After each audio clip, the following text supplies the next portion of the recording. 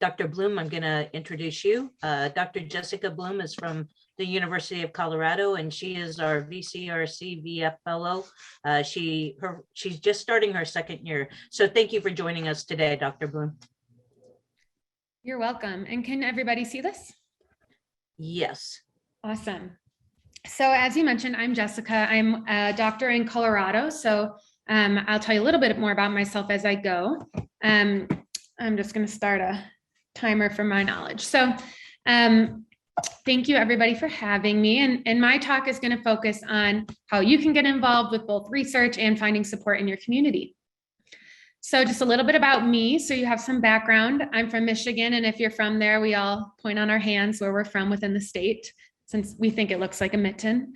I went to University of Michigan for my training in med school, and then came out to Colorado for my fellowship and residency and did some training in clinical research.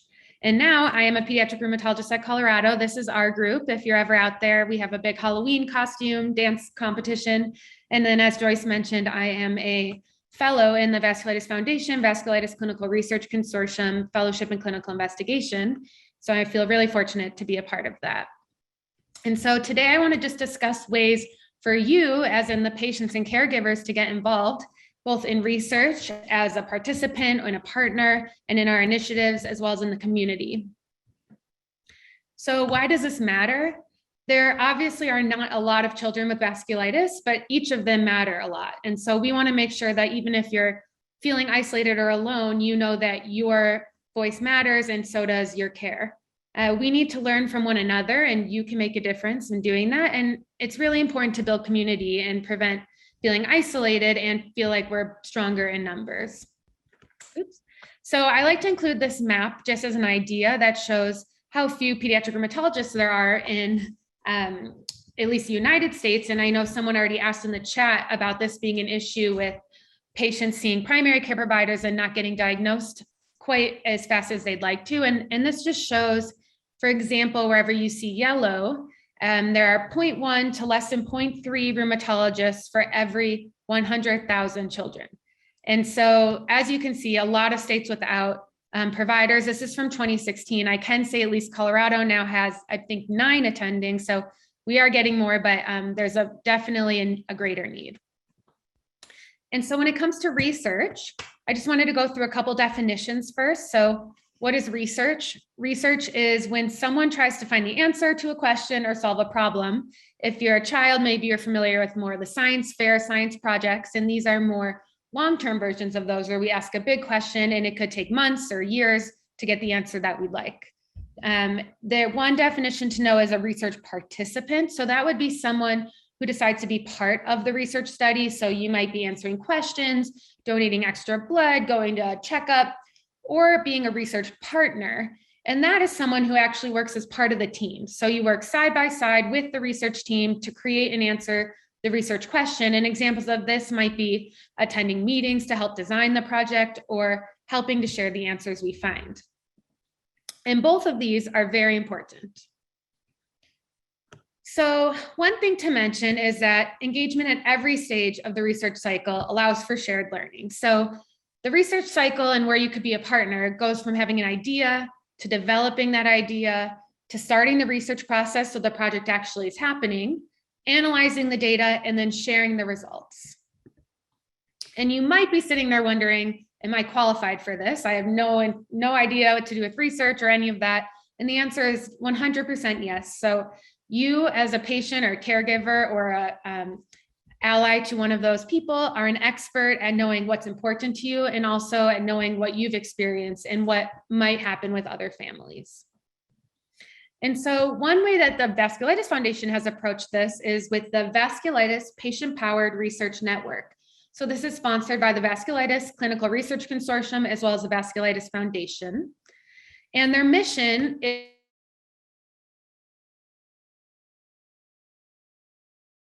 these diseases of vasculitis by engaging patients and their families and getting information from them and working with them. And so participants in this answer questionnaires online about their own health every 6 months. And the goal is really to find more answers and answer the questions that you find to be the most important. So the VPPRN, which is the name for short, is made up of patients, clinicians, researchers, advocates, and family members, and has already enrolled almost 4,000 patients since starting in 2014. It also exists in over 80 countries. As you can see, the brighter the red or the deeper the red, the more people are enrolled, but it does spread globally. And it covers 13 types of vasculitis. So if you're a patient or family member, you may see the type of diagnosis you have here. And if not, please reach out and we could discuss having that added. And so who's currently in the VPPRN? So this is right now for adults with any type of vasculitis, a parent of a child with vasculitis, or a caregiver of an adult patient with vasculitis. And you do need access to the internet, and currently it is available only in English. That is definitely something that we want to change in the future. But as a pediatric rheumatologist, to me, there's a very large group missing, and that would be a line for actual children participants. And so, oh no, my drum roll. Drum roll, please. I liked this pig. We have created the Vasculitis Pediatric Registry. This is the big unveiling of our brand new logo. You may see it with or without the paint splotches, but this is something that we are developing as we speak. So a little bit more about that. This is for kids aged 8 to 18, and they'll be able to join and answer questions about themselves, since we believe that the experience of the child is equally as important. And so this will require consent, which is meaning we ask parents if it's okay for their child to be enrolled, and then also assent, meaning we ask the child if they're okay being enrolled. And parents and caregivers of any age child can also join and answer questions as well. And there will be more questions related to things that have to do with childhood, like how they're growing, school concerns. And we also are simplifying the wording so that children will be able to understand the questions as well and the terminology used.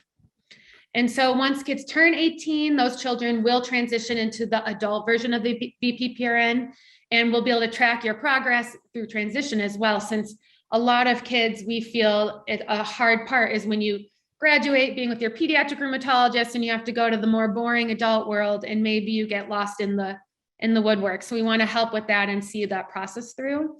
And then in order to do this, we have enlisted a great team. So I'm working on this from Colorado, and then my partnering with Dr. Karen James at Utah. And then we have Katrina, our awesome patient partner, already involved, and the rest of the VPPRN team. And so for this, we would love for you to get involved. We're going to be creating an advisory panel made of patients and caregivers to help us finalize what we include. We have patient partners. So far, we have Katrina involved. And we also will love to enroll everyone as participants and get the word out. And so there should be some information in your after summary that tells you how to connect with us and how to get involved. But Christine Young is our primary point person. So now just briefly, I want to touch on a few other things. So CARA, this is the Childhood Arthritis and Rheumatology Research Alliance. And this is a huge initiative of pediatric rheumatologists that this is led by investigators, but it's really meant to engage families as well. And it's currently at 120 sites, has almost 600 members, and almost all of the pediatric rheumatologists in the United States and Canada. This is actually funded through the Arthritis Foundation. So it's not a part of the Vasculitis Foundation, but we definitely have a partnership between the two in advocating and helping patients and children with vasculitis. And so they have a large registry that doesn't currently involve patients with vasculitis, but it is a resource for just patient engagement. And we have a working group of physicians and providers that families are welcome to join. And we have one for ANCA-associated vasculitis and maybe in the future for more general pediatric vasculitis. So just something to be aware of. I think that the Vasculitis Foundation is still our primary pinpoint for anyone with vasculitis, but just knowing that CARA does exist. And then for the rest of my time, I just want to talk about ways to build community. And so this is a screenshot of the current website on the Vasculitis Foundation's page. And so they have a page called Pediatrics, Young Adults. And while there's a lot of great information, we definitely are lacking a more robust place for families and patients to get information if they are children. And so we are also doing a large makeover of this. And I know Dr. Linda, who is on this as well, is spearheading that along with Dr. Vidya, but there will be basically just like they have for the adults, which is full of amazing information. We're going to have it tailored towards children. So these are just the major categories that the website will have. So we'll talk about what is vasculitis, what are the medications, what is it in kids, talk about school, life with it, transitioning, your medical team, resources, and even video testimonials. So I know I'm really excited when I have patients with vasculitis. I feel like I don't have a great place to send them to get information. And this will be awesome. We've already written most of it, but we're just in the final phase of editing and making sure everyone will be able to understand everything. And it should go live, hopefully, in these upcoming months. There also is the Vasculitis Visionaries podcast on the website for the VF. And this is a podcast where it's actually led by Ben Wilson, who has EGPA, as well as Kaylee. They lead this podcast, and actually the last 2 episodes happen to be related to kids. So Dr. Linda Wagner-Weiner did one on Cara and building this upcoming website, and I did one about pediatric ANCA-associated vasculitis and some research opportunities there. So you can check those out or others that might come out. And then it's important to find support within the community. And so this actually is a Facebook group that just formed about a week ago. Heidi Barrett, who is a parent of someone with EGPA, has created it in order to get this kicked off. And so if you go to Facebook and look up Kids Get Vasculitis Too, a group for parents and caregivers, it should hopefully show up and you can join. And there's some information on it where the point is supposed to be a positive place to have communication, get support, ask questions to each other. It's not for physicians, it's for families to connect. And additionally, the VF has started this awesome Zoom chat, which I think has gone once so far. I think it started last month. And this is for parents of children with vasculitis. It's on the 4th Tuesday of every month at 7 p.m. Central Time in the US. And so this is that information as well. And then additionally, if you're looking for maybe an informal mentor for your child, or you are an older patient and would love to mentor a child, there's no formal program, but you can reach out and there's potential that we can match you up with someone. And then Heidi Barrett's also creating a support group for parents and caregivers as well for vasculitis. And then I always love to plug the summer camp that the Arthritis Foundation puts on. It's for kids with any rheumatologic condition. It's generally an overnight camp, about 5 or 6 days, and there's different ones in different regions of the United States. And I know at least the one in Colorado for the Mountain West, it's about $100, but free if that's not something you can afford. And this is just like 2 weeks ago when we were there. I'm here in the middle.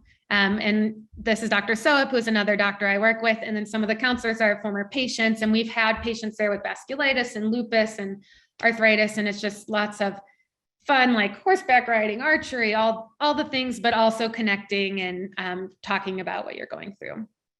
And so here are resources. And I just tried to put a few links that I could find together. The Vasculitis Foundation has a YouTube page with different videos. The Vasculitis Foundation Printo is through Europe, and it has some information in different languages and rheumatology. And this is where the summer camps are. And so I just wanted to thank everyone in the VPPRN that I'm working with, and Joyce in the VF. And then a couple of these parent engagement slides were from Vincent Delgaizo, who is a parent who had sat at Cara, and this planning committee. And I'm just really thankful all of you could join. I think this is an awesome opportunity. So thanks again. Great. Thank you so much, Jessica. We appreciate you taking time